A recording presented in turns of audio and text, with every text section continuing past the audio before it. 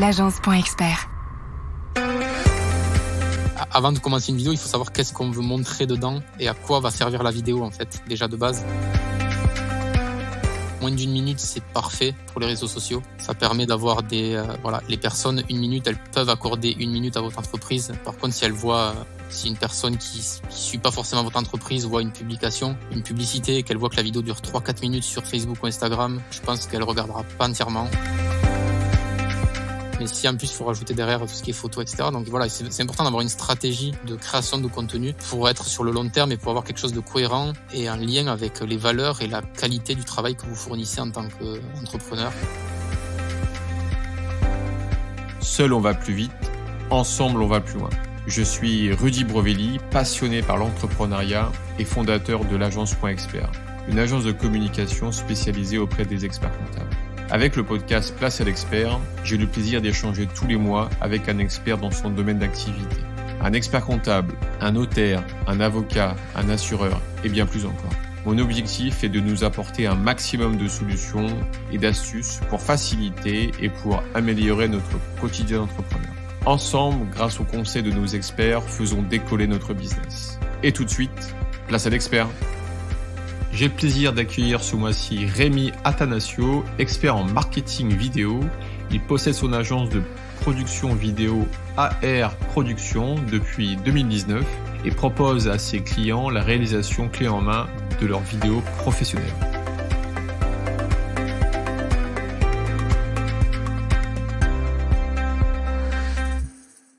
Écoute Rémi, merci beaucoup d'avoir accepté mon invitation. Merci à toi, c'est un plaisir. Avec plaisir. Moi, j'ai souhaité ta participation à Place à l'expert pour nous expliquer le rôle et l'importance aujourd'hui de la vidéo d'entreprise. À la fois pour développer ou pour faire passer un message, aussi bien pour les clients, les prospects, voire même les collaborateurs. En fait, en préparant cet épisode, j'ai pu constater que ce support est très apprécié des entreprises. On parle donc de marketing vidéo. Alors, tu nous expliqueras pourquoi ce terme. Soit 86% de ces entreprises utilisent en fait ce support, la vidéo. Alors, comme tu l'as compris, Rémi, on a besoin de tes conseils pour nous aider soit à développer ce support au sein de nos entreprises ou, pour d'autres, à l'améliorer s'ils utilisent déjà ce format. Comment tu souhaites aborder cet épisode ? Déjà, bonjour à tous les auditeurs. Merci pour l'invitation. Et comment l'aborder ? Je pense que sur 3 points, ça peut être intéressant. Faire un petit état des lieux de qu'est-ce que la vidéo déjà et où c'est que ça en est un peu en 2022, on va dire. Un épisode comme le Covid aussi, en plus, c'est intéressant. Après, on peut vite aller sur l'utilisation concrète pour les entreprises, pour les gens qui nous écoutent aussi. Comment je peux utiliser la vidéo pour mon entreprise ? Est-ce que le métier que je fais, il rendrait bien vidéo, par exemple. Je sais que j'ai plein de questions comme ça parfois. Et finir sur les évolutions, le futur. Est-ce qu'on peut parier sur la vidéo pour les années qui suivent ? Ou est-ce que c'est un média qui fait une façon de montrer son entreprise qui va s'éteindre dans quelques années ou pas ? Enfin, ça, on peut parler de ça vers la fin. Et voilà. Ok, super. On commence par la vidéo. Qu'est-ce que tu peux me dire sur la vidéo ? La vidéo, après, on va pas rentrer dans les termes techniques, mais pour les entreprises, on va dire pour les entreprises. Enfin, moi, en tout cas, de mon travail, j'ai plusieurs types de clients, on va dire. Il y a donc les entreprises, il y a les particuliers avec les mariages, par exemple, et aussi les associations, donc tout ce qui est événementiel. Et donc, de là, donc là, on va parler des entreprises. Après, la vidéo va avoir plusieurs canaux de diffusion, on va dire, qui vont être majoritairement aujourd'hui en 2022 les réseaux sociaux. Donc, beaucoup d'entreprises se sont mises récemment sur les réseaux sociaux. Pour celles qui n'y étaient pas pendant le Covid, elles se sont vite, je pense, rendues compte que c'était important d'être présent sur ces réseaux-là. Et pour être présent sur ces réseaux-là, ces entreprises-là se rendent compte aussi qu'il faut du contenu globalement, donc photos, vidéos, texte aussi. Mais la vidéo apparaît quand même comme le contenu, on va dire, le plus adapté pour beaucoup d'entreprises, je trouve, dans le sens où on peut faire passer plein de choses, que ce soit les émotions, que ce soit l'histoire d'une entreprise, que ce soit le savoir-faire. Il y a beaucoup de choses qui ressortent mieux en vidéo qu'en photo, par exemple, même si pour moi, les deux médias, si on peut appeler ça des médias, sont complémentaires. Mais donc ça, je trouve qu'en 2022, c'est presque indispensable de communiquer en vidéo si on a une entreprise, parce que pour différentes raisons qu'on abordera juste après, mais c'est quand même super important. Et on me dit souvent que moi, je suis une petite entreprise, la vidéo, c'est pas pour moi, c'est plutôt pour les grosses boîtes. Ça, tu réponds quoi, toi, à ça ? Je réponds que, après, si c'est des considérations budgétaires, ça peut s'entendre parfois parce qu'il y a comme les photographes, il y a de tout. Il y a des pas très chers qui ont pas beaucoup de matériel, il y a des très, voire trop cher. Enfin, ça va dépendre aussi des villes. Je pense, moi, je suis dans une campagne un peu, donc les prix sont pas aussi élevés qu'à Toulouse, par exemple, qui est la grande ville la plus proche. Donc, avoir les professionnels qu'il y a autour de vous. Mais normalement, enfin, là, je parle pour moi, je pense que tout est filmable, si on peut dire ça comme ça. Qu'on soit un peintre à bâtiment, qu'on ait une grosse entreprise dans le travaux publics, qu'on soit expert comptable, qu'on soit, je sais pas moi, qu'on est dans le vêtement, par exemple. Enfin, je pense que tout est filmable parce qu'il y aura forcément quelque chose à raconter, que ça soit par la beauté d'un savoir-faire, par la beauté d'un produit que vous vendez, par l'histoire de votre entreprise. Enfin, il y a forcément quelque chose à raconter et à dire en vidéo, c'est sûr. Et même si vous êtes une toute petite entreprise, si vous avez un peu de budget pour en faire, c'est largement faisable, peu importe votre secteur d'activité. C'est ce que je répondrai en tout cas. Et pourquoi est-ce qu'on parle de marketing vidéo?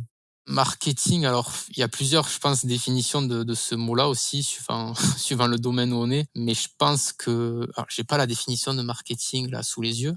Bref, la vidéo va vous permettre de peut-être vendre plus de produits, augmenter votre image de marque, ou au contraire asseoir votre domination sur un marché si vous êtes dans une région où vous êtes un peu les numéros un. Elle va vous aider aussi à recruter. En ce moment, c'est vachement je vais pas dire la mode, mais j'ai beaucoup de demandes sur ça. C'est-à-dire des entreprises, des grosses entreprises qui ont du mal à recruter, qui vont passer par la vidéo justement pour aller toucher sur les réseaux sociaux un public souvent plus jeune quand même. Donc là, avoir les canaux que vous choisissez suivant votre entreprise, mais globalement, c'est Facebook, Instagram et un peu TikTok. Maintenant, ça commence, on pourra en reparler aussi. Mais donc, les jeunes, les gens que vous allez recruter sont souvent sur ces réseaux-là et c'est important de les toucher avec un média qui leur plaît. Et la vidéo, si c'est bien maîtrisé, ça va forcément plaire parce que c'est souvent dynamique. Alors, si c'est pas dynamique, ça sera quand même moderne et ça sera, s'il y a une belle image, si vous avez choisi le bon professionnel, il y aura forcément une belle image qui va être à l'image justement du savoir-faire de votre entreprise, par exemple. Donc, marketing vidéo, je dirais ça, pour ces différentes raisons, parce que la vidéo peut servir pour différentes choses finalement. Et après, comme tu l'as indiqué en amont, c'est vrai qu'aujourd'hui, la vidéo, elle est quand même beaucoup utilisée sur les réseaux sociaux. C'est quoi? C'est parce qu'en fait, ce support réseau social, en fait, c'est un support qui marche bien par rapport à la vidéo, ou c'est l'inverse, c'est la vidéo est plus adaptée à ce type de. Parce qu'aujourd'hui, c'est vrai qu'on voit des vidéos sur un site, mais c'est vrai que les vidéos sont quand même assez développées sur ces réseaux sociaux, et il y a la marque Brut qui avait développé justement ce système de format et qui a explosé en fait en termes d'information. Ouais, c'est impressionnant. Et donc, c'est quoi les règles en fait par rapport à ça? Les règles, je pense qu'elles peuvent changer suivant les réseaux, mais aussi suivant l'entreprise que vous avez. On va pas communiquer avec une entreprise de bâtiment comme on va communiquer avec une entreprise qui vend des vêtements éco-responsables, par exemple. En fait, il y a tout ça, on pourra en parler des heures, mais avant de commencer une vidéo, il faut savoir qu'est-ce qu'on veut montrer dedans et à quoi va servir la vidéo, en fait, déjà de base. Est-ce que vous avez, je sais pas moi, récemment j'ai fait une marque de vêtements éco-responsable qui fabrique tout en France par exemple et ils veulent vachement insister sur le côté français justement et aller aux antipodes de ce qui se fait en Chine, etc. Donc là, pour des vidéos comme ça, il va falloir montrer le produit bien évidemment, mais il va falloir surtout réfléchir à peut-être une voix off ou des sous-titrages, enfin souvent les deux vont ensemble, qui vont expliquer le cheminement de pourquoi c'est important aujourd'hui de consommer français, par exemple. Là, je prends cet exemple. Mais, et donc là, dans ce cas-là, il va falloir faire des vidéos un peu à la brute. C'est eux qui ont carrément, clairement développé ce style de vidéo-là, on va dire, avec des sous-titres et on s'adresse directement aux gens qui regardent et on essaie de les sensibiliser rapidement et leur faire comprendre que notre produit est la solution aujourd'hui pour répondre à ce besoin-là. C'est très authentique. Voilà, c'est ça. Des vidéos qui sont très authentiques. En fait, on est très transparent, on cache rien. Ouais, c'est pas très. À l'inverse, il y a quelques années, c'était très artificiel. Là, aujourd'hui, c'est vraiment très authentique. Ouais, et c'est ce que recherchent en fait les consommateurs, c'est ça. Je pense. Et l'humain aussi, parce qu'on le montrait pas assez sur les vidéos avant. C'était beaucoup de produits et pas les gens qui étaient derrière. Maintenant, même si certaines personnes ont plus de mal, même si vous, en tant que chef d'entreprise, vous avez un peu de mal à vous mettre en avant en vidéo ou vous entendre parler sur une vidéo, je pense que c'est important. Ça dépend des domaines, mais souvent, quand même, c'est important de le faire. Ça, c'est important ce que tu dis. Tu dis, toi, que le dirigeant doit faire, entre guillemets, l'effort, même si il n'est pas trop vidéo, pour porter un message avec son authenticité, avec ses valeurs qui prône depuis le début de son activité. C'est ça? C'est ça, je trouve, parce qu'en plus, il y a quand même souvent, j'ai l'impression dans mon expérience, un écart entre les chefs d'entreprise et peut-être les salariés ou les gens qui veulent postuler. On ne sait pas trop. Il y a toujours l'image du patron un peu absent, etc. Ça dépend des entreprises, mais parfois c'est ça. Et justement, essayer de communiquer avec la vidéo, sachant que c'est un média qu'on peut aussi préparer quand même en amont. C'est intéressant parce que ça permet de s'adresser directement soit en communication interne, donc à ses propres salariés, sur des, je sais pas, des événements ou des nouveautés qui arrivent, etc. Soit carrément, c'est comme là, le recrutement, hein, montrer le métier que l'entreprise fait, tout en apportant un côté humain, en faisant parler le chef d'entreprise ou en faisant parler des salariés. Ça, c'est important aussi, de plus en plus. Même si c'est dur de prime abord, c'est dur à maîtriser quand même. Enfin, on s'imagine mal. Parfois, certains s'imaginent mal parler face caméra, etc., se voir à l'image. Mais je pense que c'est important de le faire. Ok.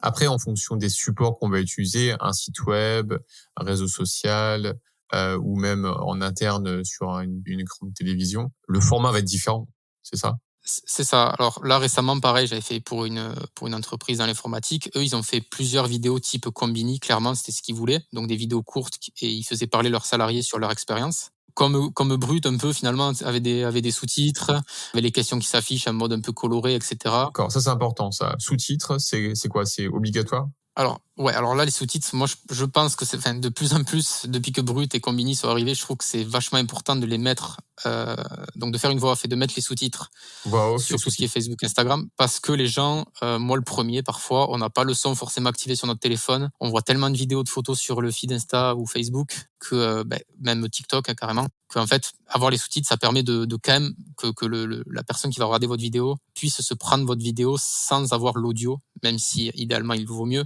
Mais les sous-titres servent à ça, je crois, à la base, et c'est vraiment. C'est complémentaire. Voilà, c'est ça. Et puis ça, visuellement, ça choque pas non plus. Maintenant, les gens sont habitués à avoir des sous-titres sous toutes les vidéos. Donc je pense que c'est important. Et après, voilà, donc il y a tout ce qui est vidéo pour les réseaux sociaux, mais aussi si vous faites des salons, je sais qu'il y en a qui en font souvent. Pour les sites internet, souvent c'est relié aussi. C'est faire des vidéos un peu plus longues, donc peut-être même là des films d'entreprise. Donc là, on va prendre plus le temps, on va prendre peut-être 2-3 minutes, on va travailler une voix off beaucoup plus, on va rentrer un peu plus dans les détails, on va montrer beaucoup plus le métier en lui-même avec des plans un peu plus longs. Et ces vidéos-là, souvent, sont utilisées sur les salons. Et aussi sur les bannières de sites internet. Ce qu'on appelle un peu la vidéo un peu institutionnelle, c'est ça? Voilà, c'est ça. Qui est basique, entre guillemets, mais qui peut, après, suivant la personne à qui vous faites confiance pour la vidéo, normalement, il ou elle va apporter sa vision artistique, on va dire, pour la montrer d'une façon qu'on n'a pas l'habitude de voir aussi. Mais voilà, c'est important d'avoir idéalement la vidéo un peu longue qui raconte qu'est-ce que vous faites dans votre entreprise, où on prend le temps. Et après, je crois qu'on appelle ça du snack content, des vidéos plus courtes qui vont permettre de diffuser régulièrement à votre audience sur les réseaux sociaux, parce que malheureusement, j'ai envie de dire, si on ne publie pas toutes les semaines, voire plusieurs fois par semaine, c'est compliqué. Donc là, c'est mettre en place aussi une stratégie de création de contenu carrément, avec pourquoi pas des belles photos, avec des belles vidéos, avec du bon texte à chaque fois, qui va permettre d'avoir une dynamique sur les réseaux sociaux qui est positive et qui va attirer forcément des gens à suivre votre entreprise. Et si en plus vous avez des besoins de recrutement, forcément des jeunes qui arrivent sur le marché du travail vont voir que vous êtes plus actif que le concurrent, par exemple. Et donc la vidéo passe clairement par ça aussi. Ouais, ok. Alors j'ai plusieurs questions. La première, c'est le format en fait sur les réseaux sociaux. On est sur un format court. C'est quoi court? On parle en secondes. On parle. Alors ouais, moi je parle en secondes globalement, et là ça n'a pas trop changé parce que ça change souvent les réseaux sociaux, on nous met souvent des nouveaux formats, mais là ça fait un petit moment que c'est comme ça. Je trouve que moins d'une minute c'est parfait pour les réseaux sociaux. Ça permet d'avoir les personnes, une minute, elles peuvent accorder une minute à votre entreprise. Par contre, si elles voient si une personne qui suit pas forcément votre entreprise voit une publication, une publicité, qu'elle voit que la vidéo dure 3-4 minutes sur Facebook ou Instagram, je pense qu'elle regardera pas entièrement. C'est très compliqué. C'est le temps d'attention en fait. Ouais, c'est ça. Maintenant, mais surtout avec l'avènement de l'apogée de TikTok, maintenant on est carrément, c'est des vidéos, elles durent 10 secondes des fois. L'attention, je pense qu'il y a une étude en plus qui a été faite sur même l'être humain en général, qui a de plus en plus de mal à focaliser son attention sur quelque chose, tellement on a d'informations, tellement on a d'interactions. Donc, pour la vidéo, c'est de plus en plus pertinent de faire des vidéos super courtes. C'est malheureux, hein, mais Moins, c'est quoi? C'est entre 30 et 60 secondes, l'idéal? ouais, 60 secondes maximum, mais là, clairement, moi j'ai des demandes parfois et je le fais pour des gîtes par exemple, c'est que ça va même de 10 à 15 secondes parfois, c'est juste 5-6 belles images avec une musique un peu entraînante et c'est tout quoi. Ça suffit carrément pour faire du contenu sur les réseaux. Donc après voilà, ça va dépendre aussi de l'entreprise. Il y en a où il va falloir montrer un savoir-faire, donc là des petites vidéos courtes ça peut le faire, mais d'autres où il y a vraiment un côté plus éducatif, peut-être qu'il va falloir quand même prendre le temps d'expliquer à chaque fois. Ça va dépendre de votre audience aussi, si vous pouvez la quantifier et voir qu'est-ce qu'elle aime le plus dans vos contenus. Ça se teste aussi, hein, on n'est pas, c'est compliqué de faire un sans faute dès le début si vous avez une stratégie de contenu, mais souvent quand même pour les réseaux Instagram, Facebook, moins d'une minute, c'est dans tous les cas ça conviendra. Après, est-ce qu'il faut aller chercher beaucoup beaucoup plus court, 10-15 secondes, ça va dépendre du domaine d'activité, je pense. Ouais, du support. Voilà, et du support parce que voilà, TikTok par exemple maintenant, voilà, c'est 10, 15, 20 secondes quoi. J'ai l'impression que c'est super court à chaque fois. Donc Donc en fait, en fonction du réseau, en fait, il faut s'adapter justement à qui on a en face et donc à l'attention et donc réduire au maximum à adapter en fait le format au maximum pour que ça matche. c'est ça, adapter le format au réseau social que vous ciblez. Donc ça, normalement, le vidéaste ou le photographe ou autre le vidéaste là, dans cet exemple-là, va savoir répondre à ça. Après, c'est en constante évolution. Donc voilà, TikTok, il y a 2 ans, il y avait personne dessus quasiment. Aujourd'hui, ça devient la référence. Ils ont amené des formats vidéo différents avec des textes, avec des voix off, etc. Donc ça n'existait pas il y a 2 ans. Donc peut-être que dans 2 ans, ce sera autre chose. Donc il faut être tout le temps conscient de ce qui se passe autour aussi. Après, les entreprises, je pense qu'il y en a pas. J'en vois pas énormément des TPE, PME qui communiquent sur tous ces réseaux-là. Après, pour les raisons qu'on a déjà citées, ça coûte souvent cher quand même. Et il faut quand même une stratégie à long terme aussi. Et alors, si je creuse vraiment, je suis dirigeant d'une TPE, produit ou service, peu importe. Je prends mon téléphone, aujourd'hui, les téléphones font quand même des belles vidéos. Est-ce que c'est authentique, ça? Est-ce que il y a un impact? Est-ce que je vais pas casser mon image? Pour moi, alors là, ça va dépendre des dirigeants. Il y en a j'ai l'impression, qui ont plus ou moins de vision artistique entre guillemets, parce que la vidéo c'est quand même plutôt artistique, hein, comme la photographie. Donc il y en a qui ont plus ou moins cette vision créative, on va dire, pas forcément artistique, mais on va dire, allez, créative. Donc ils vont arriver même sans trop d'expérience, arriver à faire des choses correctes. Mais bon, je trouve que c'est assez rare. Et après, il y en a d'autres qui vont essayer de le faire eux-mêmes. Voilà, comme tu dis, j'ai un téléphone qui fonctionne bien, pourquoi pas faire mes vidéos moi-même. Le problème avec ça, et là je parle de mes expériences et de ce que je vois moi dans ma région, et même un peu aux alentours, c'est que souvent, ça va être fait sans grande stratégie, c'est-à-dire je fais de la vidéo pour faire de la vidéo, je fais cette photo parce qu'il faut que je publie régulièrement, mais en fait, j'ai pas de stratégie. Donc finalement, ça donne lieu à des feeds Instagram, Facebook, etc., qui sont complètement déstructurés et qui sont vides alors oui, c'est authentique. Ouais. Ouais, c'est ça. Oui, c'est authentique, mais c'est pas professionnel et c'est pas à la hauteur de ce que vous faites dans votre entreprise. Donc la communication en général, qu'elle soit vidéo, photo, etc., doit correspondre si vous êtes un gîte haut de gamme, vous pouvez pas communiquer avec votre téléphone en faisant des vidéos à moitié floues, etc. C'est compliqué de faire ça. Enfin, je trouve. Et il y en a beaucoup qui le font. Il y en a beaucoup qui le font. Pareil, il y en a certains, voilà, TikTok a explosé. Ben, allez, on a un petit stagiaire en communication ou, je sais pas, dans une agence immobilière ou autre. On va lui faire créer notre page TikTok. Et donc, ils font des TikTok un peu à droite, à gauche. Et souvent, c'est pas maîtrisé. Du coup, ça devient même parfois gênant, je trouve. Il faut faire attention, je pense, à ça. Alors, ça peut plaire, il peut y avoir beaucoup de vues, de partages, etc. Mais ça veut pas forcément dire que vous allez avoir forcément des clients si votre vidéo est mal faite. C'est compliqué à quantifier ça aussi au début. Et oui, c'est ce que j'allais dire, c'est quantifier, on fait une vidéo, mais quantifier derrière l'impact que ça a en termes d'économie pour la boîte, ça c'est aujourd'hui, on peut le mesurer ou pas? J'essaye de le mesurer moi, mais c'est très compliqué. Par exemple, là, j'ai fait une vidéo pour une entreprise dans le bâtiment qui est déjà très connue dans la région, qui a déjà beaucoup de chiffre d'affaires. Enfin, je sais pas comment quantifier le fait que mes vidéos aient augmenté leur chiffre d'affaires dans les mois qui arrivent. Je pense que c'est compliqué. Par contre, ce qui est quantifiable et ce qui est certain, c'est que la vidéo moi, je vise vraiment la qualité de l'image, la qualité du montage.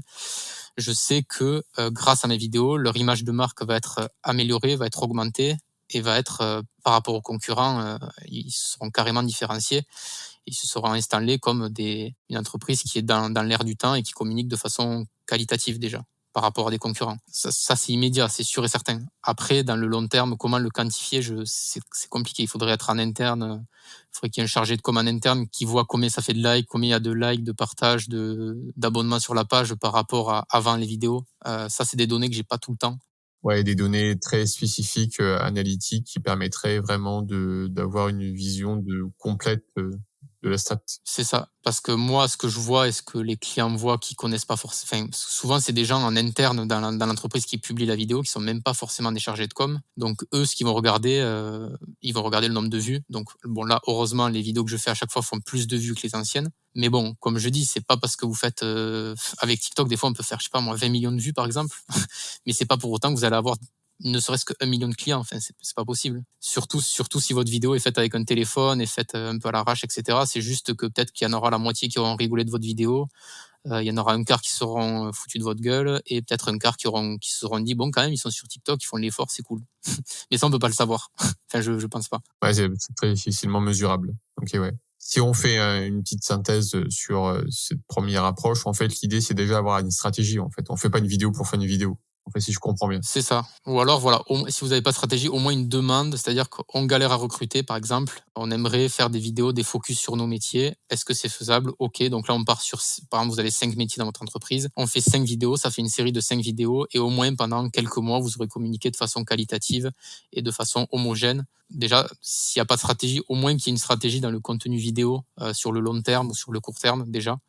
Et après, si vous avez le budget de faire venir peut-être une agence de com, peut-être un photographe pour avoir un complément des vidéos, ça c'est cool parce que ça va permettre d'avoir du contenu sur le long terme à publier et du contenu qualitatif. Je pense qu'aujourd'hui, on a du mal à... Après, c'est tentant, on le voit des fois sur TikTok, sur Instagram, on voit des vidéos faites à l'arrache, qui sont floues, etc., qui font des millions de vues. Et un vidéaste très très fort, parisien, j'en sais rien, qui sera pris la tête pendant des heures et des heures à faire une vidéo qualitative de 30 secondes, elle va faire 2 fois moins de vues. Donc on est vite tenté de se dire, bon, mais ça sert à rien finalement d'investir dans un professionnel, quoi. Mais c'est ça qui est... Après, là, on est noyé dans tout ce qui est réseau, algorithme, etc., qu'on maîtrise plus ou moins et qui va dépendre vraiment de l'activité et vos objectifs. Pourquoi vous faites une vidéo?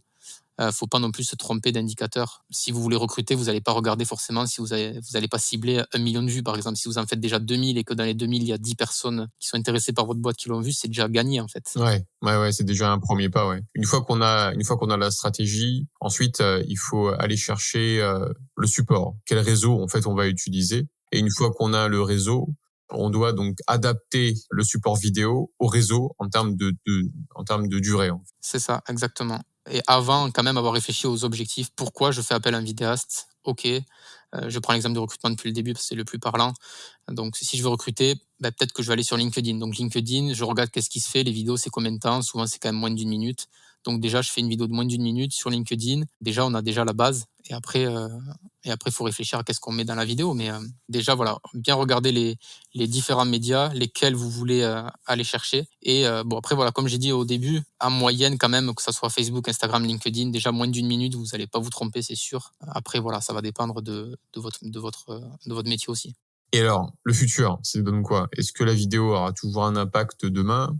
Est-ce que tu me parlais tout à l'heure de TikTok?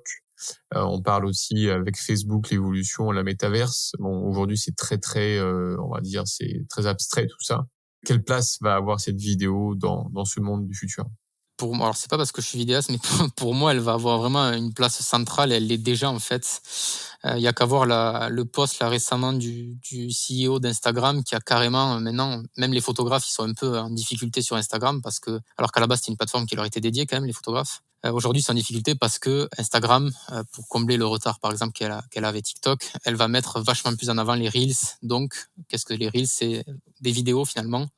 Donc, on assiste à des scènes un peu bizarre et on voit que tout évolue parce que je sais pas si tu suis des photographes ou autres sur Instagram par exemple, mais il y en a beaucoup maintenant des photographes qui vont carrément faire une association de photos, une suite de 20 photos par exemple avec une musique, et ce qui va donner en fait une vidéo avec des photos à l'intérieur parce que ces gens-là savent que Instagram va mettre plus en avant un Reels avec 10 photos enchaînées avec une musique que juste 3 belles photos sur le feed. Donc ils sont obligés de passer par la vidéo pour mettre en valeur leurs photos. C'est incroyable. Je vois que je suis pas mal de photographes, il y en a plein qui se plaignent de ça, en fait, de la baisse d'engagement des photos sur Instagram en tout cas, parce que Instagram met en valeur les Reels. Mais bon, Instagram, c'est aussi, donc c'est Meta, c'est Facebook. Donc ils vont forcément suivre la tendance où ils vont la faire un jour ou l'autre. Donc là, ils suivent ce que fait TikTok parce que TikTok a pris vachement d'ampleur récemment. Donc les Reels et TikTok, d'ailleurs on le voit des fois, il y a des vidéos TikTok qui finissent sur Reels. Donc, mais le point commun à tout ça, c'est que le média, c'est de la vidéo. Il y a tout le temps de l'image. Je sais pas si tu ouvres ton Instagram, 90% de ce que tu vas voir, c'est de la vidéo. C'est quelque chose d'animé avec des sous-titres, avec des textes qui apparaissent un peu partout. Tout ça pour attirer l'attention et essayer de faire garder le spectateur le plus longtemps possible. Parce qu'une photo, après tout, pour Instagram, ça leur plaît pas. Ça fait un like et hop, on passe au post suivant, quoi. Donc la vidéo a cet avantage de laisser le spectateur au moins 10-15 secondes. De plus qu'une photo. Voilà. Et je pense que les algorithmes aiment ça aujourd'hui. Et donc la vidéo est centrale aujourd'hui. Et je pense que, vu les annonces récentes là de ces personnes-là qui gèrent les réseaux sociaux, je pense que ça va pas s'arrêter, ça va continuer même. Après, c'est compliqué de voir à 4-5 ans qu'est-ce que ça va devenir. Comme je disais, TikTok, il y a 3-4 ans, c'était inconnu, quoi. Et oui, Aujourd'hui, c'est ça, ouais. c'est central. Donc dans 4 ans, qu'est-ce que ça sera? Est-ce que le métaverse aura pris de l'ampleur? Et même si le métaverse prend de l'ampleur, il va falloir bien des vidéos dans le métaverse pour montrer l'entreprise, pour montrer la marque. Donc je pense que ça a forcément au moins 5-10 belles années devant lui, la vidéo. Ouais, il y a un gros potentiel de développement, ouais. Et ou même aussi de s'adapter aussi comme la vidéo a fait, comme on a échangé là sur cet épisode. Elle s'est adaptée, hein. Avant, on avait des vidéos qui faisaient 5 minutes, 10 minutes de présentation Ouais, voilà, d'entreprise. c'est ça. Aujourd'hui, sur un site web, c'est, comme tu disais tout à l'heure, 1:30, 2 minutes, maximum 3 minutes. Ouais, 3 minutes grand max, même pour des films d'entreprise. Et après, tout le reste, c'est du fast-food, entre guillemets, en fait. C'est 10, 15, 20 secondes. Et il faut que ça aille vite. Et après, je comprends que certains chefs d'entreprise soient perdus face à ça, parce que là, on parle que de la vidéo en plus. Mais si en plus, il faut rajouter derrière tout ce qui est photo, etc. Donc voilà, c'est important d'avoir une stratégie de création de contenu pour être sur le long terme et pour avoir quelque chose de cohérent et en lien avec les valeurs et la qualité du travail que vous fournissez en tant qu'entrepreneur. Parce que la vidéo, en fait, les gens vont la voir. Donc, si c'est mal fait, ils vont avoir une mauvaise image de votre... Je sais pas si quand par exemple, tu pars en vacances, tu regardes, tu veux chercher un gîte, par exemple, dans le sud de la France, entre 3 gîtes, il y en a un qui fait de la belle vidéo, de la belle photo, un qui fait rien et un qui a pas actualisé depuis des années. Tu vas forcément te rediriger vers celui qui fait de la vidéo et de la photo, aujourd'hui en tout cas. Oui, est-ce que ce sera plus rassurant? Parce que ça sera plus rassurant. On va voir le domaine, on va voir les chambres, on va voir le petit déjeuner, etc. Tout ça, c'est de l'image et aujourd'hui, c'est de la vidéo globalement. En fait, c'est donner envie aux gens, en fait. C'est ça. C'est la conclusion de la vidéo. Il faut donner envie aux gens de s'intéresser à notre entreprise, s'intéresser à notre savoir-faire, s'intéresser et faire venir à un événement si on est chargé de la création d'un événement, etc. Donc, c'est le point commun de tout ça. Juste petit focus par rapport à la stratégie. En fait, on parle beaucoup de ligne éditoriale. Ligne éditoriale, c'est quoi? C'est quel message vous voulez faire passer? De quel sens? À qui? À quelle cible? Une fois que tout ça sera bien identifié, vous allez pouvoir choisir le bon réseau social et ensuite aller chercher les bons messages. Après, c'est sûr qu'il faut mettre du contenu, mais je préfère mettre un bon message que 36 pas bon. Voilà, c'est juste une petite parenthèse. Exactement, voilà. Faut pas suivre la tendance, il faut faire des TikTok dans tous les sens. Non, ça sert à rien. Vaut mieux faire un TikTok de qualité qu'en faire 15 qui soit mal fait. C'est ça, exactement. Pour finir cet épisode, ça serait quoi ton dernier conseil que tu pourrais nous donner? Mon conseil, ça serait vraiment si on fait appel à un vidéaste, c'est faire attention à sa sensibilité, à sa créativité et voir s'il peut vraiment s'adapter à notre... normalement, oui, mais je sais qu'il y a des vidéastes qui sont spécialisés plus par mariage, qui sont plus spécialisés dans l'équitation, qui sont plus spécialisés... Enfin, voilà, il y a plein de trucs. Mais voilà, bien regarder le travail de cette personne-là, son portfolio, etc. Et bien discuter avec lui pour voir si, sur du court ou long terme, vous pouvez faire confiance à cette personne-là pour avoir une communication, au moins une vidéo qui soit harmonieuse sur le long ou court terme. En fait, c'est chercher un expert dans un domaine. C'est ça, c'est encore mieux. Par exemple, je fais des vidéos, mais que dans l'immobilier. Et donc, j'ai une expertise, un regard qui fait que je vais vraiment savoir que recherchent vos clients dans l'immobilier. C'est ça ou pas? Alors là, on partirait sur notre débat, mais ça dépend en fait. Le truc de la vidéo, de la photo, enfin de la vidéo, c'est que c'est des gens plus ou moins artistes dans l'âme derrière en fait. Et donc il y en a qui vont arriver. Je sais que moi personnellement, je préfère pas me cantonner qu'à l'immobilier, par exemple. Je préfère faire de tout parce que justement ce qu'on dit de moi parfois, mais je sais qu'il y en a d'autres aussi, c'est que justement avoir un regard extérieur sur un domaine, ça permet de montrer le savoir-faire ou le produit en question d'une façon complètement différente qu'on n'aurait pas imaginé et qui collera quand même au domaine en question. Donc, c'est pour ça qu'il faut bien regarder avant, s'il est spécialisé dans l'immobilier, ok, regardez ses vidéos, mais s'il est spécialisé dans l'immobilier, peut-être qu'il a fait 15 fois la même vidéo pour 15 de vos concurrents, par exemple. Et ça, c'est pas forcément cool non plus. Donc, à voir, en fait. Ouais. C'est un autre débat. Mais en tout cas, le point commun de tout ça, c'est qu'il faut regarder la qualité finale. Est-ce que les images sont belles? Est-ce que le montage est de qualité? Est-ce que ça part pas dans tous les sens? Est-ce que c'est cohérent dans les couleurs, etc. Déjà, si la qualité est présente, dans tous les cas, ça sera positif pour votre entreprise, peu importe le profil. Ok.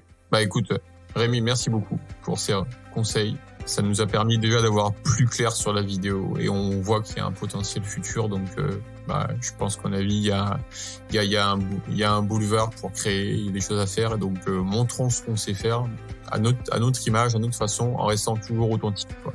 Faut pas avoir honte, exactement. Rester authentique et voir que la concurrence n'en fait pas forcément beaucoup non plus encore de la vidéo, dans les entreprises en tout cas. C'est un bon moyen de se différencier, quoi. Ouais, voilà, c'est ça. Si en plus on intègre la qualité au centre de la préoccupation de la vidéo, par exemple, c'est carrément, on prend carrément un ascendant sur la concurrence, donc c'est vachement intéressant. Top. Merci. À bientôt, Rémi. Merci à toi. À bientôt. Salut. Si cet épisode vous a plu, partagez-le autour de vous et mettez 5 étoiles pour aider d'autres entrepreneurs dans leur activité. Pour aller plus loin, faites-vous accompagner par des experts. Quant à moi, j'aurai le plaisir d'accueillir le mois prochain Xavier Argenton, expert en droit de l'immobilier. Il nous donnera ses conseils et ses bonnes pratiques pour bien louer nos bureaux et nos commerces. Cet épisode vous intéresse, je vous donne rendez-vous le mois prochain. En attendant, prenez soin de votre entreprise. Bye bye.